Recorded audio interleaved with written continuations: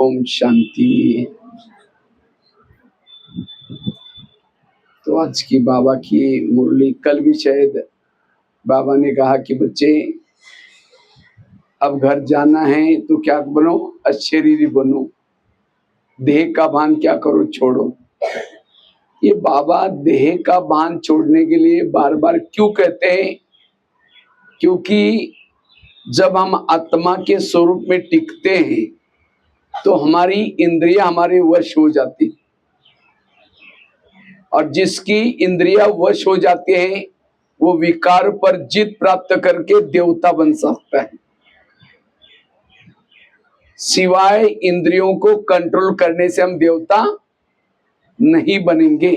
इसलिए आज बाबा ने कहा कि मैं तुम्हें राजयोग सिखाने के लिए आया हूं। ये राजयोग क्या है? इंद्रियों पर संयम करना। और जिन्होंने इंद्रियों पर संयम किया उसके जीवन की सारी समस्याओं का समाधान हो जाएगा। तो आज एक बहुत अच्छा विषय पर चर्चा करेंगे। हम अपने स्वयं में परिवर्तन करने का आधार क्या है? हम स्वयं को कैसे परिवर्तन करें? उसका आधार है स्वराज्य अधिकारी स्थिति। जब तक हम अपने आप को नहीं बदलेंगे तब तक विश्व भी नहीं बदलेगा। क्योंकि हम आए किस लिए? अपने आप को बदलने के लिए आए। अपने को बदलना मतलब क्या करना? बैज पहन लिया, सफेद ड्रेस पहन लिया, परिवर्तन हो गया। रोज मुरली सुन ली, अमृत वाला उठा। स्वयं को परिवर्तन करना मतलब हर इंद्रियों पर शासन करना, हर इंद्रिया श्रीमत प्रमाण चलाना। यह है स्वयं की परिवर्तन का मूल मंत्र, जिसको ही दूसरे शब्द में बाबा कहते हैं, बच्चे चैरिटी बिगेन्स एट होम। तुम क्या करो? अपने घर को सुधारो। तो घर मतलब कौन सा? लौकिक घर नहीं। कौन सा घर? ये शरीर आत्मा का पहला घर है। तो क्या इस घर में रहने वाले सब ज्ञान में चल रहे हैं? आपके चल रहे हैं? आंखें ज्ञान में चलती हैं, मन ज्ञान में चलता है, बुद्धि ज्ञान में चलती है, कान ज्ञान में चलता है। जिसकी इंद्रियां ज्ञान में चलेंगी उसके व्यवहार में, संस्कार में बदलाव आएगा। यह है परिवर्तन का आधार। जिसका इंद्रियों पर शासन है उसका व्यवहार, उसके संस्कार बदलेंगे। इसलिए बाबा कहते, बच्चे तुम स्वयं को बदलो, विश्व बदल जाएगा। तो क्या सभी इंद्रिय ज्ञान में चलती हैं? अगर आंखें ज्ञान में चलती हैं तो योग में बैठते बंद क्यों होती हैं? मोबाइल में गलत चीजें देखेंगे, बंद नहीं होगी। रात को 12 भी बजा होगा, टिक टिक करते रहेंगे, देखते रहेंगे। अगर कान ज्ञान में चलता तो कोई परचिंतन सुनाता तो और क्या हुआ? उठ के भी जा रहे, बैठो ना, चाय पीने पी के जानो, बताओ ना क्या हुआ? वो क्यों सुनता गलत? अगर मन ज्ञान में चलता, मन को कहा, ये मन तुम आधा घंटे के लिए परमधाम में जाना, मन कहीं मार्केट में चला गया। अगर वो ज्ञान में चलता तो कहां जाता? परमधाम में। अगर बुद्धि ज्ञान में चलती तो बुद्धि भटकती क्यों? ये है स्वयं की परिवर्तन का आधार। और जब तक हमें अपने इंद्रियों पर कंट्रोल नहीं होगा तब तक हमारे वाणी में बल आएगा नहीं, दृष्टि में बल नहीं आएगा, संस्कार में बदलाव नहीं आएगा। नहीं तो कहते ना, अंधेरी नगरी चौपट राजा, टकेसर भाजी टकेसर खाजा। इस नगरी का राजा सो है, उसके अंदर जो चाहे हो रहे। ऐसे संगम युग 10-20 भी होंगे कोई बदलाव नहीं आएगा। इसलिए परिवर्तन का आधार है इंद्रियों पर शासन करना। हर इंद्रिया श्रीमत के आधार से चले, और जिसकी इंद्रिया श्रीमत के आधार से चलती है उसके जीवन में दैवी गुण और दैवी शक्ति आएगी। आज कई कहते मुझे सहन ही नहीं होता, कई कहते मेरा योग ही नहीं लगता। ये सब का कारण है इंद्रियों की अधीनता। इसलिए स्वराज्य अधिकारी बनना, हमें कोई नया पुरुषार्थ नहीं करना है। जो मम्मा ने किया, बाबा ने किया, दादियों ने किया, वही पुरुषार्थ करो, तब जीवन में सफलता प्राप्त होगी। आज ब्रह्मा बाबा नारायण बने, बाबा ने क्या किया जो नारायण बने? बाबा ने रोज अपनी इंद्रियों का दरबार लगाया। बाबा की एक डायरी मिली थी और उसी डायरी में बाबा ने रोज का अपना दरबार लिखा था। एक एक इंद्रियों से बातें लिखी थी, कैसे बातें करते थे बाबा। तो क्या आज हमारा इसके तरफ ध्यान है ध्यान? और इसीलिए आज हमारे संस्कार नहीं बदल रहे, हमारा व्यवहार नहीं बदल रहे, हमारे में बदलाव नहीं आ रहे। तो परिवर्तन का आधार है स्वयं को बदलना, अर्थात हर इंद्रियों को शासन प्रमाण चलाना। आज प्रॉब्लम किसी व्यक्ति के अंदर नहीं है, समस्या कोई बाहर नहीं, समस्या हमारे अपने अंदर है। और हम परेशान हैं, हम दूसरा कैसे कब बदलेगा ये सोचते हैं, लेकिन ये नहीं कहते कि हमारी इंद्रियां प्रॉब्लम कर रहे हैं।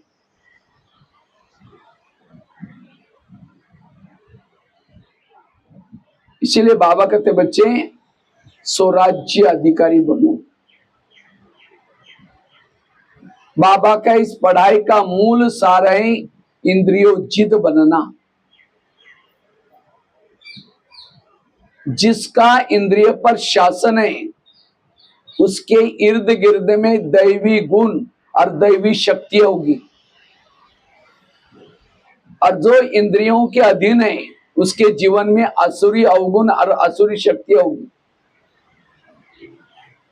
क्योंकि हम यहाँ क्यों आए हैं?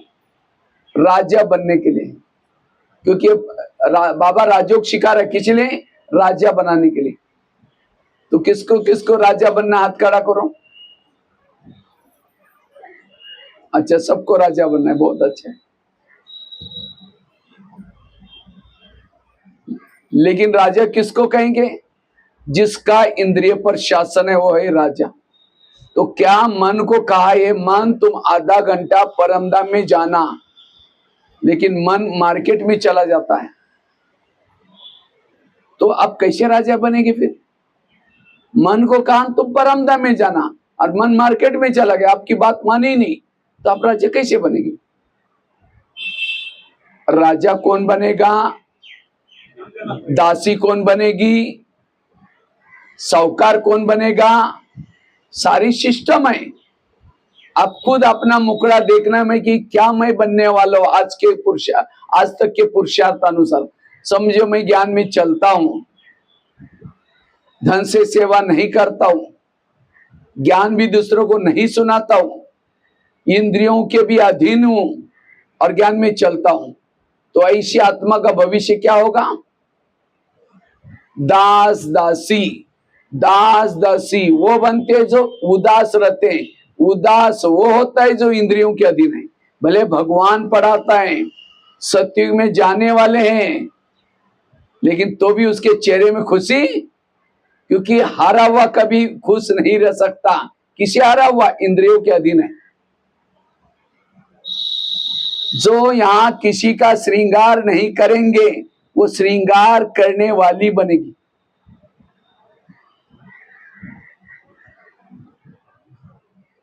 बाबा की रोज कितनी मुरली, बच्चे ढिंडोरा पिटाओ, बच्चे स्मशान में जाकर के सेवा करो, मंदिरों में जाओ, हम सुन लेते हैं और उसके बाद घर में जाकर अपने कामों में व्यस्त हो गए।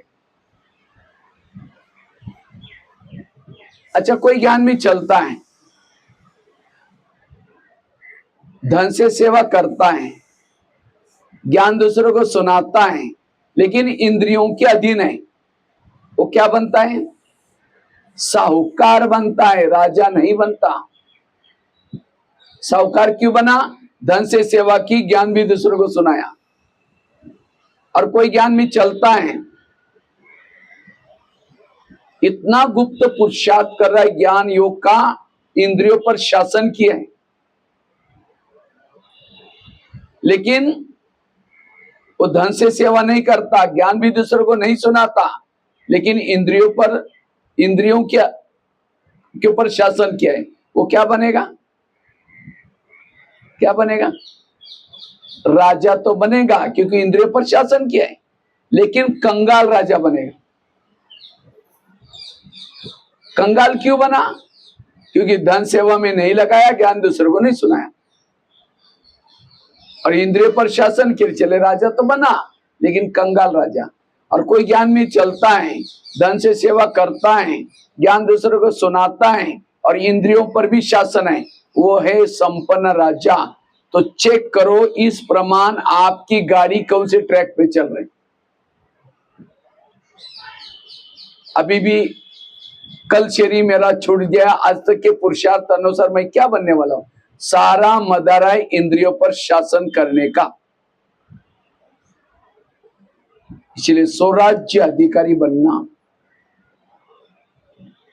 और जो स्वराज्य अधिकारी हैं, सारा दिन जो योग्य है वही देखता है, योग्य है वही सुनता है, योग्य है वही बोलता है। शाम को योग में बैठेगा, बहुत सुंदर योग लगेगा, उसके अंदर सारी शक्तियां गुण आएंगे। यह है परिवर्तन का आधार। इस दुनिया को बदलने के लिए पहले इस शरीर की दुनिया को बदलो। इस दुनिया में 70% पानी है, शरीर में भी कितना पानी है?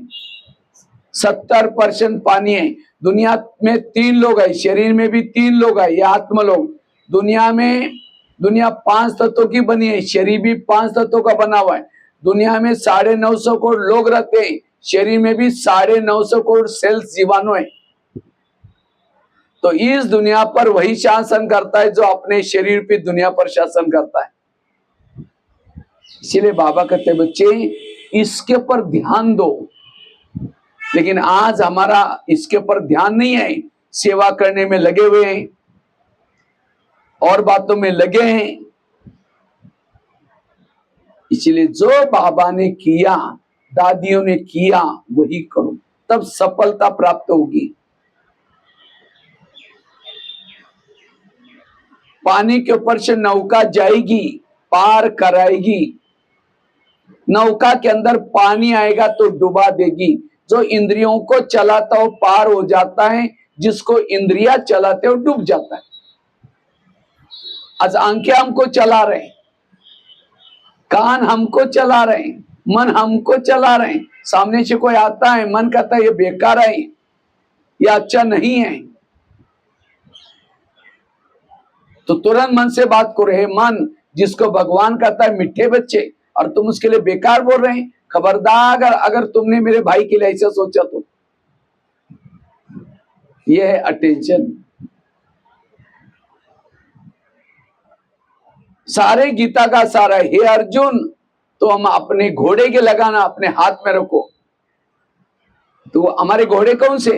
ये कान, आंखें, मुंह, मन, बुद्धि। जब कृष्ण रथ में आता है, घोड़ों को प्यार करता है, क्यों? अगर घोड़े जाकर के दुर्योधन के सामने गिर जाएंगे, पराजय हो जाएंगी, तो हमारे घोड़े कौन से? ये कान, मुंह, आंख। तो हमें भी जब परम धाम से आते हैं, अमृत वाला योग करके आते हैं, नहाते धोते अपने घोड़े से प्यार करो। ये मेरे कान, तुम आज कोई ऐसी चीजें ना सुनना जिसे मेरा सिर झुक जाए। ये आंखें, तुम कोई ऐसी चीजें ना देखना जो मेरे पराजय हो जाए। ये मेरे मुख, तुम ऐसी कोई बात ना बोलना जो मेरी पराजय हो जाए। आज हमारे प्रॉब्लम निर्माण करने वाले कोई लोग नहीं है, कौन है? इंद्रिया। इसीलिए बाबा कहते बच्चे स्वराज ये है परिवर्तन का आधार। आज का मनुष्य चांद तक गया है, लेकिन पड़ोसी कौन है यही पता नहीं है। आज हम परमधाम में जा रहे हैं, सब कुछ सबसे बात करें, लेकिन कभी इंद्रियों से बातें ही नहीं करते। आज कर्ण बहुत होशियार था महाभारत वाला, लेकिन कर्ण असफल क्यों बना? उसके रथ ने उसको धोखा दिया। अब ज्ञान योग में बड़े होशियार हैं, लेकिन अगर इंद्रिया धोखा देके पराजय हो जाएंगे।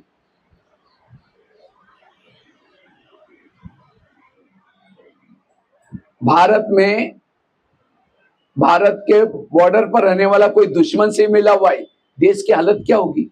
अगर घर में रहने वाला कोई भेदी बना हुआ है। इसी तरह आज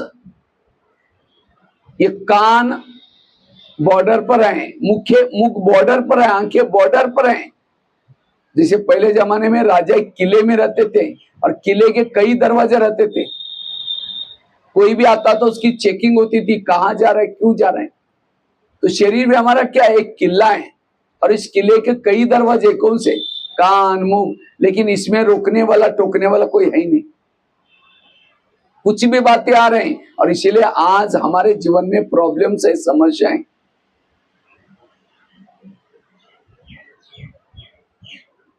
तो एक एक इंद्रियों से बातें करो। जैसे भारत में अंग्रेज घुसे थे, क्यों घुसे थे? कहानी पता है ना क्यों घुसे थे? भारत में नवाबों का शासन था, बंगाल का नवाब, बिहार का नवाब, सूरत का नवाब। अंग्रेज आए, नवाब के साथ दोस्ती की और दिल्ली के ऊपर अटैक किया, और इसीलिए भारत क्या हो गया? गुलाम हो गया। इसी तरह ये शरीर भी हमारा एक देश है, और इसकी राजधानी कहाँ है? यहाँ आत्मा राजा रहता है, लेकिन इस शरीर रूपी देश में कई नवाब है। कौन से? कान, मुंह, आंखें। तो माया रूपी अंग्रेज आते हैं और उनके साथ दोस्ती करते हैं। कान के साथ दोस्ती की, मुंह के साथ दोस्ती की, आंखों के साथ दोस्ती की, और तब जाकर के अटैक हुआ। जैसे प्रधानमंत्री दिल्ली में शांति में कब बैठेंगे? जब उसके पार्टी के सारे लोग अपनी ड्यूटी एक्यूरेट करते। अगर एक ने गलती की, उनकी नींद फिट जाएगी। इसी तरह आत्मा को शांति तब होगी जब हर इंद्रिया अपनी ड्यूटी एक्यूरेट करते। इसीलिए बाबा कहते बच्चे स्वराज्य अधिकारी बनो, इंद्रियों पर शासन करो। और जितना जिसका इंद्रियों पर शासन है वो शक्तिशाली है। स्वराज्य अधिकारी सो विश्व राज्य अधिकारी। अच्छे बरसात आई,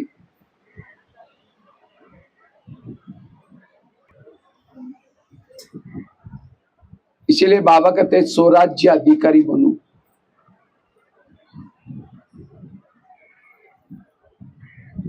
तो भारत में अंग्रेज घुसे थे, उनको भगाया कैसे? कैसे भगाया? जगह जगह पर सभा लगाई, जालियनवाला बाग, नमक का सत्याग्रह, नारे बनाए, वंदे मातरम, और सभी ने मिलकर के नारा बनाया। और उसके बाद अंग्रेज लोग क्या किया? चले गए।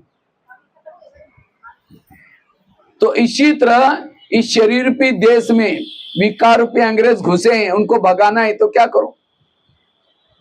अपने एक एक इंद्रियों से बातें करो।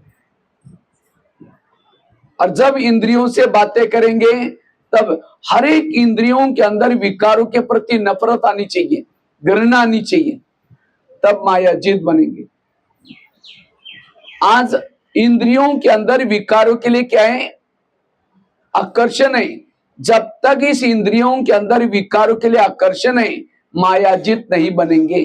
इसीलिए बाबा कहते हैं बच्चे स्वराज्य, और स्वराज्य लेने का आधार है स्वयं की स्मृति। मैं आत्मा हूं, मैं अशरीरी हूं। जितना ये आत्मिक स्मृति होगी उतना इंद्रियां अपने वश में रहेगी। बाबा ने कभी कोई मुरली में ये नहीं कहा जो मधुवन में रहने वाले वो राजा बनने वाले हैं, ये भी नहीं कहा कि जो बहुत सालों से ज्ञान में चलते वो राजा बनेंगे।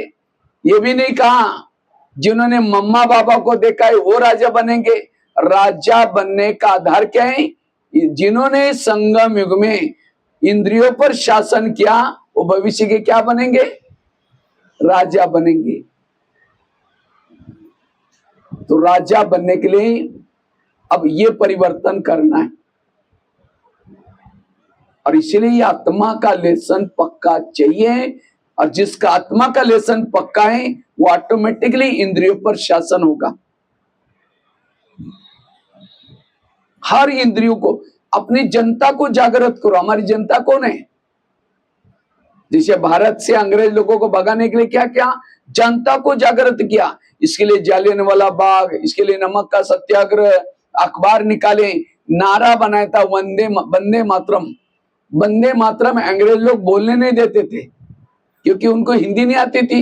उनको लगता था वंदे मातरम मतलब हमको बोल रहे हैं लोग हिंदी वाले, बांधो और मारो, वंदे मातरम, इसलिए बोलने नहीं देते थे। और जब सभी ने नारा लगाया अंग्रेज लोग क्या किए, इसी तरह हमारे कान के साथ रोज बातें करने, आंखों के और हर इंद्रिय का कि माया गो गया, तू मेरे तरफ से नहीं आओ। लेकिन होता क्या है, आत्मा कहता है माया गो गया, कान कहता है और क्या हुआ, इधर से आ जाओ, कोई बात। इसलिए प्रॉब्लम आज इंद्रियों में से है। तो हम रोज इंद्रियों का दरबार कैसे लगाएं जिसे हमारा परिवर्तन हो जाए, संस्कारों का परिवर्तन हो जाए, दैवी गुण आते जाए। तो रोज अमृत वेले के बाद क्या करो, 5 मिनट अपना इंद्रियों का दरबार लगा दो।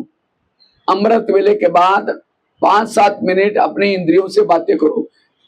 जब अमृत वेला करके शरीर में आए तो सभी इंद्रियों से गुड मॉर्निंग बोलो। और सबसे पहले बात करो कान से। कैसे बात करो?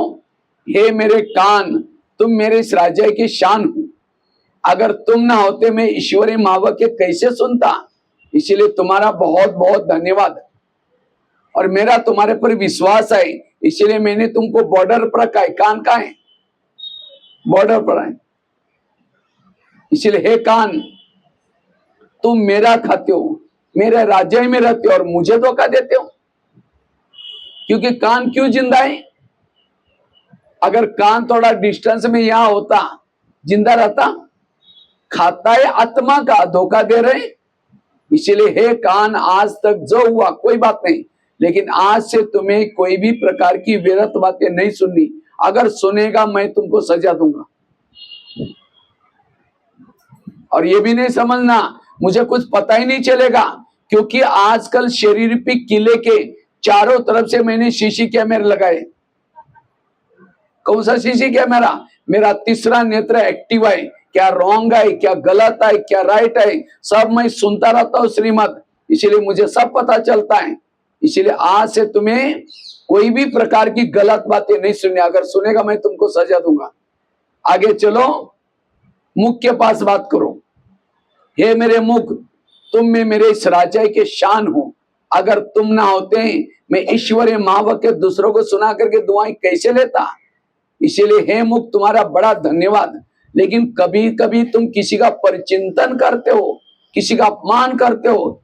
मेरा आत्मा भाई मेरे से रुठ जाता है, मुझे बददुआई देता है, हमारे संबंध बिगड़ते हैं। क्या मैंने तुमको परिचिंतन करने के लिए रखा? अगर करेगा मैं तुमको सजा दूंगा। आगे चलो, आंखों के पास। ये आंखें, तुम में मेरे इस राज्य की शान हो। मुझे तो 84 जन्म में बहुत आंखें मिली, लेकिन तुम्हारे जैसे भाग्यशाली आंखें कोई नहीं मिली। तुम्हारे द्वारा मैंने सत्यम शिवम सुंदरम को देखा है। देखा है ना माउंट आबू में बाबा को किसने किसने देखा? हाथ खड़ा करो। बाबा को देखा है? शिव बाबा को नहीं देखा? मधुबन में बाबा मिलन में कौन कौन गए थे? हाँ, देखा है। तो ये आंखें जिस प्रभु को देखने के लिए दुनिया की आंखें तरस रहे, साक्षात्कार करने के लिए तरस रहे, और तुमने तो साक्षात उस प्रभु को घंटों तक 10 बार 5 बार देखा है। क्या उस प्रभु को देखने बाद तुम्हारा पेट नहीं भरा? सत्यम शिवम सुंदरम को देखा है, बोलते हुए देखा है, चलते हुए भी देखा है, खाते हुए भी देखा है। तो क्या उस प्रभु को देखने में तुम्हारा पेट नहीं भरा? तुम इस संसार की विरत बातें, गंदी बातें क्यों देखते हो? अगर देखेगा मैं तुमको सजा दूंगा। आगे चलो, पांव के पास, हे पांव, तुम भी मेरे इस राज्य के शान हो, अगर तुम ना होते मैं सेवा करने के लिए कैसे जाता? सेवा की भाषण क्या मुख से? आदि दुआ किसको मिली? पांव को। हाथ ने कर्मना सेवा की, आदि दुआ किसको मिली? पांव को। क्यों? पांव क्या करता है? घुटने के ऊपर पूरा शरीर को उठा के लेके आता है। इसीलिए कोई भी व्यक्ति घर में आता है उसके चरण छूते। क्यों? हे चरण, तुम्हारा धन्यवाद, इस व्यक्ति को हमारे घर में लाना। लेकिन कभी कभी हे चरण, तुम किसी का परिचिंतन करने के लिए भी लेके जाते हो। परिचिंतन किया मुख ने, आधा पाप किसके ऊपर चढ़ा? पांव के ऊपर। फिल्म देखी आंखों ने, लेके कौन गया? अगर तुम कहता नहीं नहीं मैं राजा के घर में रहता हूँ, राजा की सेवा करता हूँ, मैं मुझे बेईमानी का काम नहीं करना, ये मुख तुमको परिचिंतन करने के लिए जाना है तो भले जाओ, मैं नहीं आऊंगा। तो मुख कहेगा ठीक है तुम नहीं आएगा, मैं जा रहा हूं, मेरा काम रुकेगा क्या? अब पांव लेके नहीं जाएगा तो मुख अकेला जाएगा? सभी मिले। आज कई माताएं कहती मेरे बच्चे मानते ही नहीं है, मेरा पति मानता ही नहीं। क्यों नहीं मानता? जिसकी इंद्रियां नहीं मानती उसका कहना कोई नहीं मानेगा। आज सारी गड़बड़ी का कारण जिन्होंने संगम युग में इंद्रियों पर शासन किया, प्रकृति शासन प्रमाण चलेगी, लोक शासन प्रमाण चलेगा। तो इसीलिए सारा मदारा है स्वराज्य अधिकारी स्थिति का।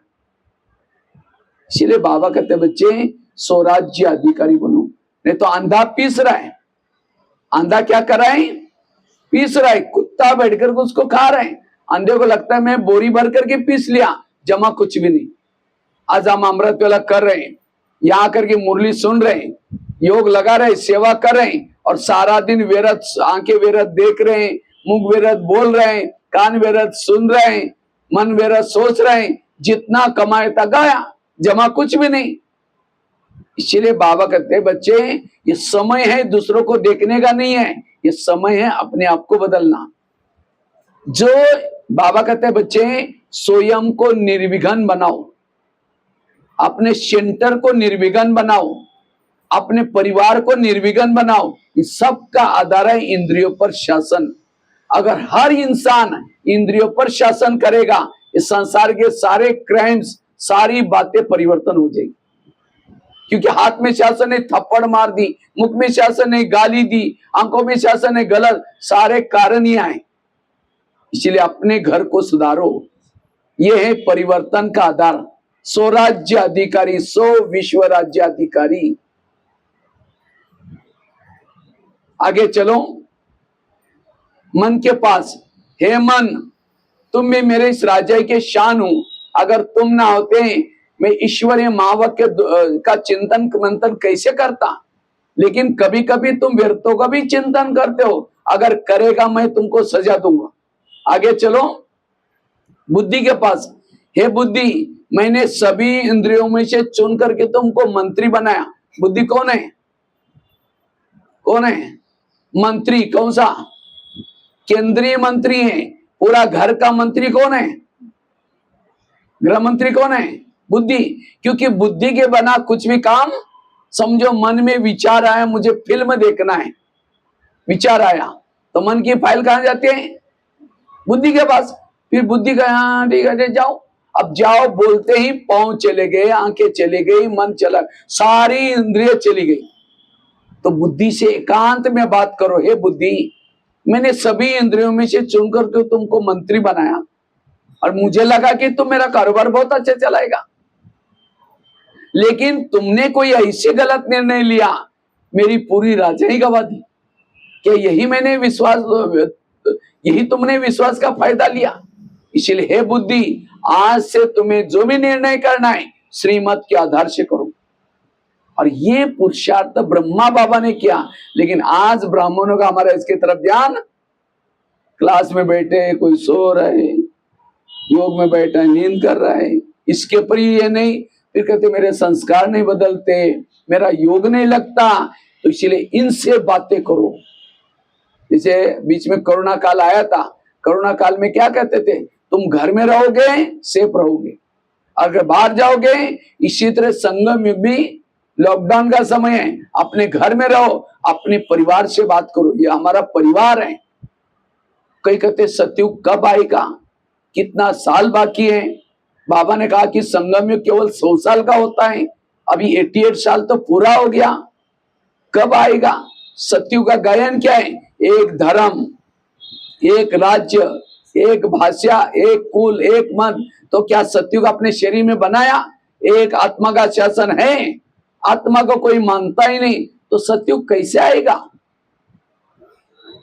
अखंड भारत, अखंड अर्थात ये हर इंद्रियों के एकता हो, तब जाकर के माया रूपी अंग्रेज सब जाएंगे। ये है, इसलिए सतयुग पहले अपने अंदर बनाओ, जो अधीन है वो कभी अधिकारी नहीं बन सकता। इसलिए राजा बनो, केवल प्रजा बनने के लिए नहीं आए, राजयोग सीखने के लिए आते हो। इसलिए स्वराज्य अधिकारी का पुरुषार्थ, इसे सारी जीवन की समस्याओं का समाधान हो जाएगा। सारी समस्याओं की जड़ यहां, इसलिए एक एक श्रीमत इंद्रियों पर श्रीमत प्रमाण चलाना, ये हो गया सवेरे का दरबार। लेकिन रात को सोने के पहले फिर दरबार लगा दो, कितना बजे, 10 बजे। सभी इंद्रियों से बात करो, सबसे पहले बात करो कान से। हे कान, आज सारा दिन तुम्हारा चार्ट कैसा रहा, तुम्हारा बहुत बहुत धन्यवाद। सवेरे 7 बजे तुम्हारे द्वारा मैंने मुरली सुनी थी, लेकिन 12-1 बजे को एक माता जी आई थी और किसी की विरत बातें सुना रही थी, और तुमने नजदीक जाकर सुना था, और क्या हुआ, मैंने उस शीशी कैमरे में देखा है, तो तुमने विरत सुना, इसीलिए तुम्हारे लिए सजा। कौन सी सजा, मन कैंची लेकर के कान को काट करके नहीं फेंको, तुम मेरे राजे से निकल जाओ और प्रॉब्लम आएगा। तो कौन सी सजा दो, कान को दोबारा मुरली सुनाओ, क्योंकि जिस कान में ज्ञान की कमी है वही पर चिंतन सुनेंगे। तो सजा कौन सी देना है, अलौकिक सजा, दोबारा मुरली सुनाओ। आगे चलो मुख के पास, मुख तुम्हारा चार्ट कैसा रहा, समझो कान ने दरवाजा खोला, तुमने तो चुप रहना चाहिए था, क्योंकि मैं 4-5 दरवाजे के अंदर बैठा हूं, दुश्मन तब आएगा। तुमने सभी ने ड्यूटी ठीक किया, तुमने भी बोला वो बहन ऐसे, वो भाई ऐसे, वो ऐसा करता है, तुमने भी अंदर घुसार दिया, इसलिए तुम्हारे लिए सजा। मुख के लिए कौन सी सजा दो, कल का दिन तुम्हारा कारोबार बंद, मौन है मुख की सजा। ये है देवता बनने के लेसन्स, और ये हमारे पूर्वजों ने, दादियों ने किया। लेकिन आज फेसबुक में, व्हाट्सएप में इतनी चटपटी बातें आ रही, हम वो कर रहे हैं, वो कर रहे हैं, जो मूल जो संस्कार को वृद्धि प्राप्त करने उसके तरफ ध्यान नहीं। सारे परिवर्तन का आधार है इन इंद्रियों को का प्रशासन।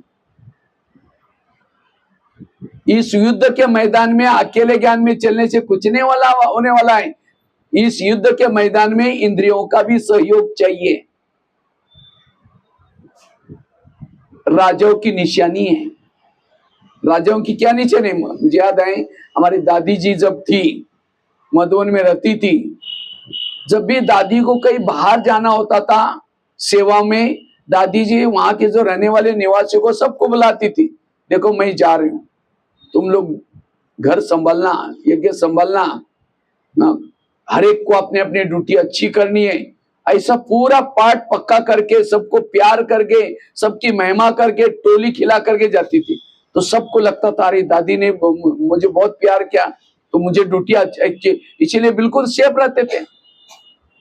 यह है राजा की निशानी।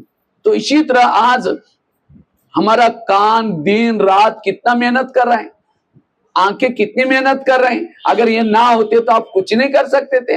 मुंह कितना मेहनत करता है, लेकिन कभी उसको प्यार से कभी बात किया, कभी आप लोगों ने कभी शाबाश के गया, कान तुम कितने अच्छे हो, मुझे कान तो बहुत मिले 84 जन्म में, लेकिन तुम्हारे जैसे महावाक्य में कोई, इसलिए धन्यवाद धन्यवाद तुम्हारा। तो कान अलर्ट होता ना, तो फिर राजा का मानता। लेकिन हम कभी अपने इंद्रियों से कभी बातें ही नहीं करते, और इसीलिए इंद्रियों को लगता है अरे मैं इतना मेहनत करता हूं, ये लोग कभी पूछता ही नहीं, इसीलिए माया सी मिली। इसीलिए जब तक ही जनता को अपने सहयोग में नहीं बनाएंगे तब तक मायाजीत नहीं बनेंगे। इसलिए स्वराज्य अधिकारी बनो, हर इंद्रियों पर शासन करो। चोर गेट कौन सा है, कहां से चोर घुसता है वो चेक करो। कान से घुसता है, आंखों से घुसता है, मन से घुसता है, बुद्धि से घुसता है, उस चोर गेट को पकड़ो। तब जाकर के स्वराज्य अधिकारी बनेंगे, विश्व का राजा बनेंगे। राजा जिस शहर में रहता है राजा का सब कहना मानते हैं। अगर राजा का कोई नहीं मानता, राजा उसको फांसी की सजा देता है। तो जिस शरीर में हम रहते हैं, हर शरीर को एक्टिव बनाओ, हर इंद्रियों को एक्टिव।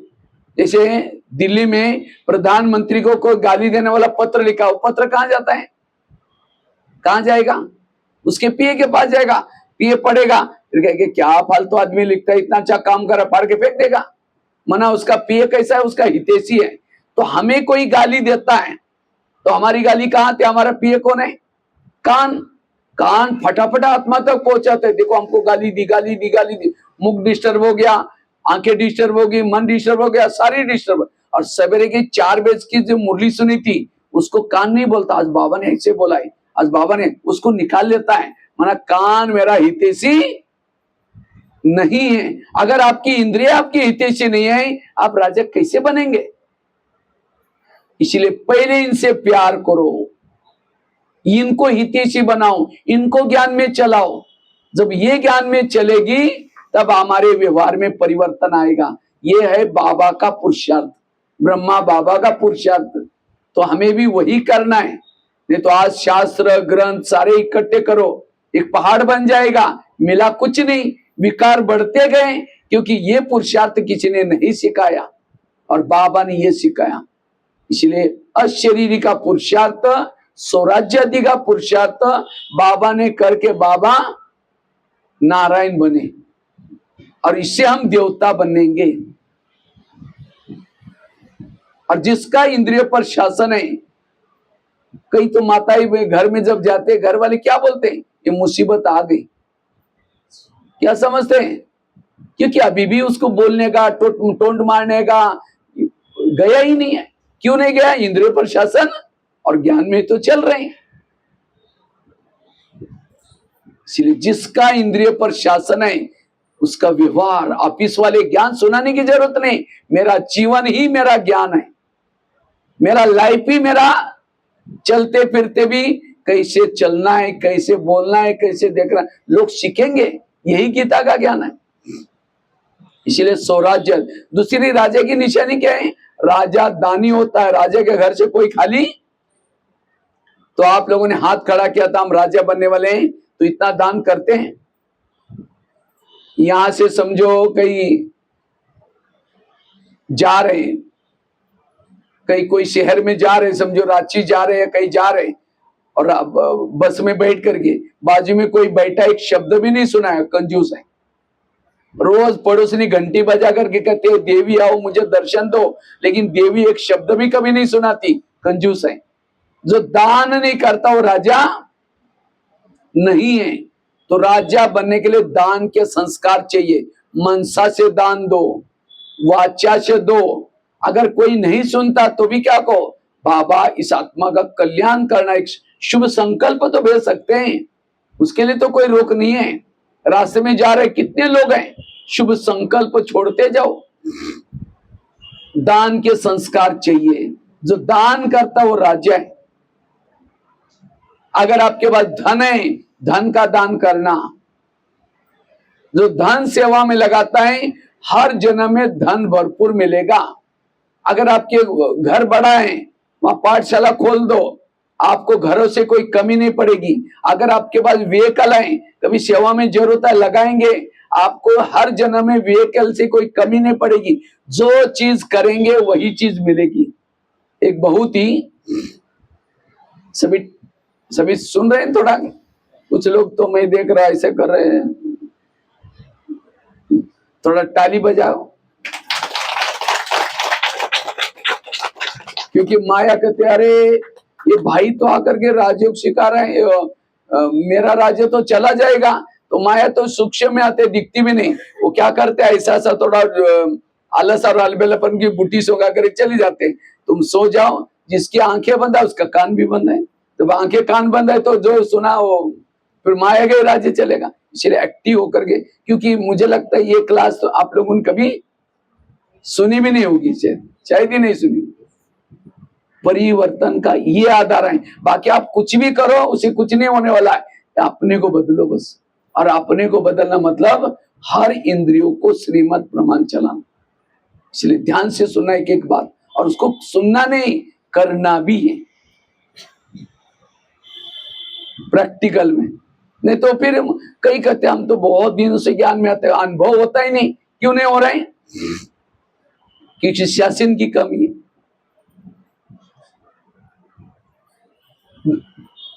एक कहानी आपको सुनाता हूं।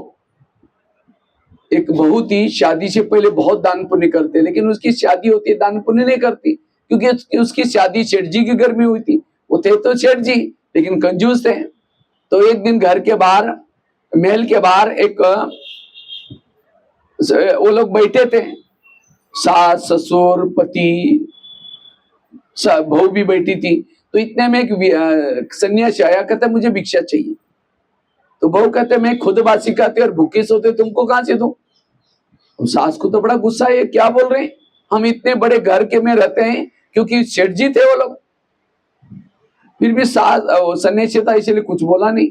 फिर दोबारा कहा कि मुझे थोड़ी भिक्षा चाहिए। कहते सुना नहीं तुमने, मैं खुद बासी खाती और भूखी सोती, तुमको कहां से दो? चला गया सन्यासी, चला गया। सास उठी, बहू को 2 थप्पड़ लगा दी। तुमने मेरा नाम बदनाम किया, कब तुमको भूखा सुलाया, कब बासी खिलाया? कहता मैं रोज बासी खाती और भूखी सोती। मेरी शादी सेठ जी के घर भी हुई है, ये मेरे पिछले जन्म के पुण्य का फल है। और आज तो इसीलिए मैंने कहा मैं बासी खाती हूँ, मतलब पिछले जन्म का कार्य है। अच्छा ठीक है, भूखी कब सोती हो? कहते आज मुझे अगले जन्म के लिए कुछ करने नहीं दे रहे, इसीलिए मैंने कहा मैं भूखी सोती हूँ। तो उसको हाँ लगा, बात तो सही है। कहता ठीक है, घोड़े के लिए जो चने पीसे उसको दिया करो। उसको लगता अगर मैं चने दूंगी तो मुझे क्या मिलेगा, चला मिलेगा। तो कहते आज जो चाहिए दे दो। इसी तरह कहीं हम बासी खा करके भूखा तो नहीं सो रहे। आज हमें इतना तरावटी माल मिल रहे हैं, इतने बाबा के महावाक्य मिल रहे हैं, ये कौन से जन्मों का फल है? 63 जन्मों का फल है। व्रत किया था, उपवास किया था, भक्ति की थी, तो कौन सा खा रहे हैं? बासी खा रहे हैं। लेकिन आज ब्राह्मण बनकर के हमने कुछ किया ही नहीं, तो अगले जन्म के लिए कैसे सो रहे हैं? भूखे सो रहे हैं। इसलिए हमें सेवा करनी है। कितना किया वो मत होगा नहीं। आपके पास जो है, दादी हमारी कहती थी, आपको समझो 100 रुपए पेमेंट आता है, पगार आता है, 100 से के 4 भाग बनाओ। सारा ही लाकर यहां नहीं दो, सारा ही बैंक में ना रखो, कुछ बैंक में रखो, घर में यूज करो, सेंटर पे दो, मधुवन में भी रखो, कुछ जेब खर्चे के लिए भी रखो, बैलेंस में रहना। इसलिए और अभी तो आप दे सकते, आगे चल करके कुछ भी दे ही नहीं सकेंगे। आगे चल करके बाबा की प्रत्यक्षता होगी, लोगों को पता चला गीता का भगवान आया और स्वयं ये ज्ञान दे रहे हैं। लोग कहेंगे हमारा प्लॉट ले लो, हमारा जमीन ले लो। जैसे 1000-500 की नोटा बंद हो गई, तो मधुबन से सारे लोग ला करके कहां डालना शुरू किया? भंडारी में। अब ले सकते थे, 3-4 महीना दिया था, चेंज कर सकते थे बैंकों से, लेकिन मधुबन से डायरेक्शन आया, कृपया पुरानी नोट भंडारी में ना डालें, चिट्ठी लिखी थी। और पहले डालने के लिए बोलता तो हाथ थर-थर कांपता था, डालू ना डालू, 1000 के 500 के, और बाद में तो डालना शुरू किया। इसी तरह जब बाबा की प्रत्यक्षता होगी, लोग कहेंगे हमारे ये ले लो, ये ले लो, मधुबन से डायरेक्शन आएगा, बाहर लिखा जाएगा, कृपया यहाँ कोई भी किस्त देने की कोशिश ना करे। छोड़ के भी जाएंगे तो भी स्वीकार नहीं होगा। इसलिए जो करना अब कर लो। इसलिए दान के संस्कार वो राजा। तीसरी बात है राजा का संस्कार है जो शिकार करता है उसको राजा कहेंगे। आप लोगों ने हाथ खड़ा किया था हम राजा बनने वाले, तो शिकार करते आप लोग। शिकार मतलब अज्ञानी आत्मा को ज्ञानी बनाना। और यहाँ तो जमशेदपुर में तो बहुत बड़ा जंगल है, बहुत वीआईपी अच्छे अच्छे उद्योगपति बहुत हैं, तो शिकार करने का संस्कार चाहिए। शिकार मतलब अज्ञानी आत्मा को ज्ञानी बनाना। तो किसने किसने आज तक शिकार किया, बात खड़ा करो। किसने किसने एक पक्का बीके को 2-4 लोगों को बीके बनाया, बस 2-4, बाकी 3-4 लोगों ने की शिकार किया। राजा कैसे बनेंगे फिर बाकी? और ये कितने लोगों को बनाए, एक या दो फिर राज्य करेंगे। अब कोई राजा हो और उसका एक ही प्रजा बाकी एक अकेला, वो कैसे हो सकता है? हाँ, ढेर प्रजा बनाओ। इसीलिए महीने में एक को बीके जरूर बनाओ, ठीक है। कई कहते भाई जी सुनता ही नहीं। अगर नहीं सुन रहे हैं, आपके पास जो ज्ञान के तीर है उसके अंदर धार नहीं है। इसलिए बाबा ने देखो बड़ा सेंटर वहां बना कर रखा है, लेकिन आप इतने थोड़े आते, इसलिए बाबा कहता है अब इन्होंने प्रजा नहीं बनाया, उसके लिए प्रबंध कब करेंगे? इसलिए आप प्रजा बनाओ, बाबा प्रबंध कर देगा। तो एक महीने में एक को बनाएंगे तो 12 महीने के कितने हो जाएंगे? 12 बीके हो जाएंगे। अच्छा, कोई नहीं सुनता, कोई बात नहीं, उसको जाली में तो फंसाओ। ये सेंटर क्या है? शेर को पकड़ करके मारने के लिए जाली। आप यहां मीठा मीठा बोल कर लेके आओ, मारने का काम बहने कर ही देगी। लेकिन आपका काम है यहां तक लाना। इसलिए मुझे तो बड़ा शौक है शिकार करने का। मैं तो पूरा भारत तो क्या नेपाल में भी जाता रहता हूँ, जब भी थोड़ा टाइम मिलता है चल पड़ता हूँ। और एक एक टूर में मुझे लगता है 40, 50, 100 तो शिकार हो ही जाते। जेलों में, स्कूलों में, पब्लिक प्रोग्राम, रास्ते में चलते समय, बसों में जाते समय छोड़ता नहीं, हम सुनाते रहते हैं। और इसलिए मैं टिकट में अपना एसी में नहीं काटता हूँ, स्लीपर में जाता हूँ, ताकि स्लीपर में बहुत वहां लोग होते हैं। शिकार करने का शौक चाहिए।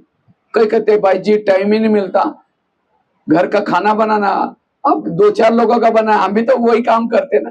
लेकिन अंदर शौक चाहिए, चांस मिलेगा। लेकिन याद रखना, शेर की शिकार बड़ी सावधानी से की जाती है। कई बार ऐसा पेपर में आता है, कोई शिकार करने के लिए गया था और शेर ने उसको फाड़ कर रख दिया। अब गया था किसी को दूसरे को सुनाने के लिए। आजकल हम ब्रह्मा कुमारी में जाते हैं, स्वयं परमात्मा आया है, सत्युग आने वाला है, देखिए अच्छा अभी फंस गए क्या? वहां ब्रह्मचर्य का पालन करते, बाहर का खाना नहीं खाते, फैशन नहीं करते, टीवी नहीं देखते, कहीं जाते नहीं, घूमते में, ये कोई लाइफ है क्या?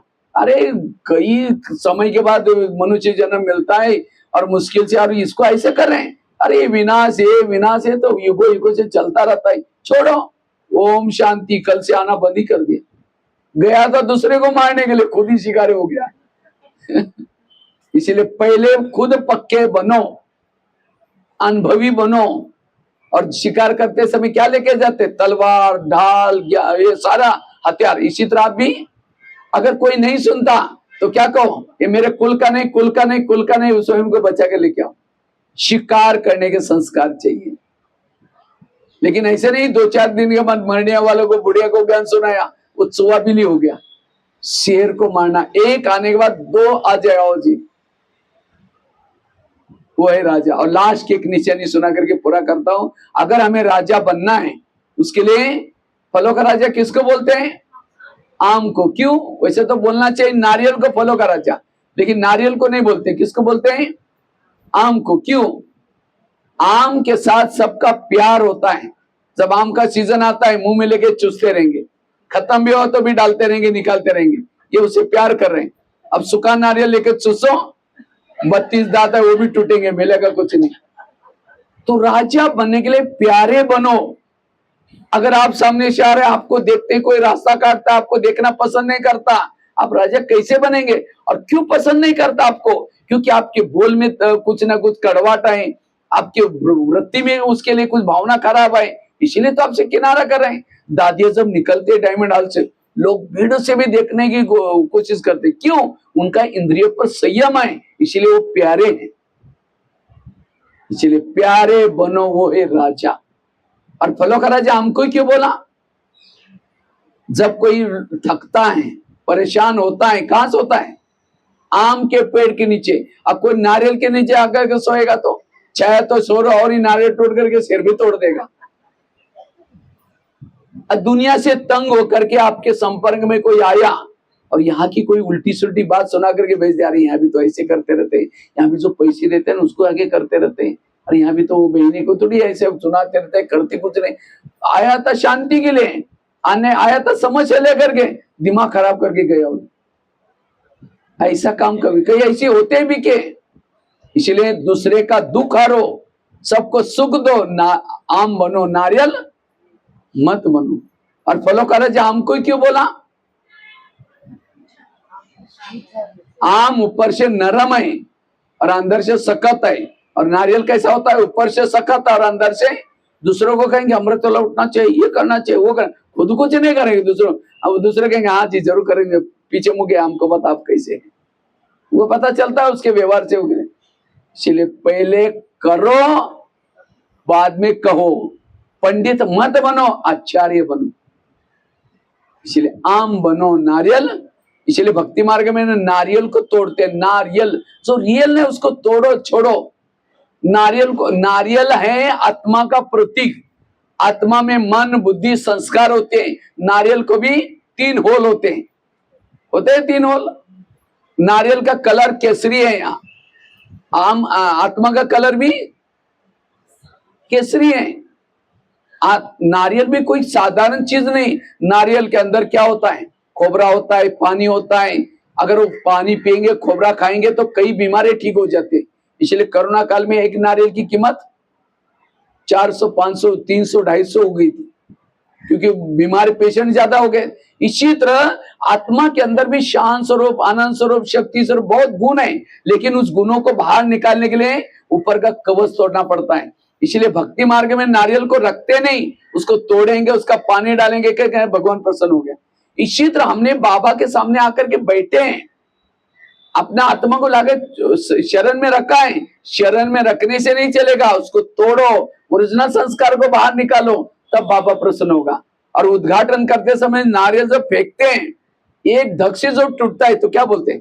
अरे मुहूर्त तो बड़ा अच्छा है। और 4 बार डाला, टूटा ही नहीं तो कहेंगे कुछ गड़बड़ है। इसी तरह ज्ञान में चल रहे हैं 10-12 साल से, अभी तक ओरिजिनल संस्कार नहीं आए बाहर, इसका मतलब आपका पद इतना ऊंचा नहीं। इसलिए इस 2023 में अपना नारियल तोड़ो, राजा बनो, और इन सब का आधार है इंद्रियों पर शासन। इसलिए स्वराज्य अधिकारी, परिवर्तन का आधार ये मूल बातें, ये पुरुषार्थ करो। रोज चार्ट भी बनाओ, लेकिन कौन सा चार्ट रखो? ये नहीं सोचो कि मुझे आज किसी ने दुख दिया, क्या मैं किसी को, वो नहीं, मेरे कौन सी इंद्रिय ने मुझे धोखा दिया वो चेक करो, और उस इंद्रियों से बात करके उसको क्या करो, अपने से बनाओ।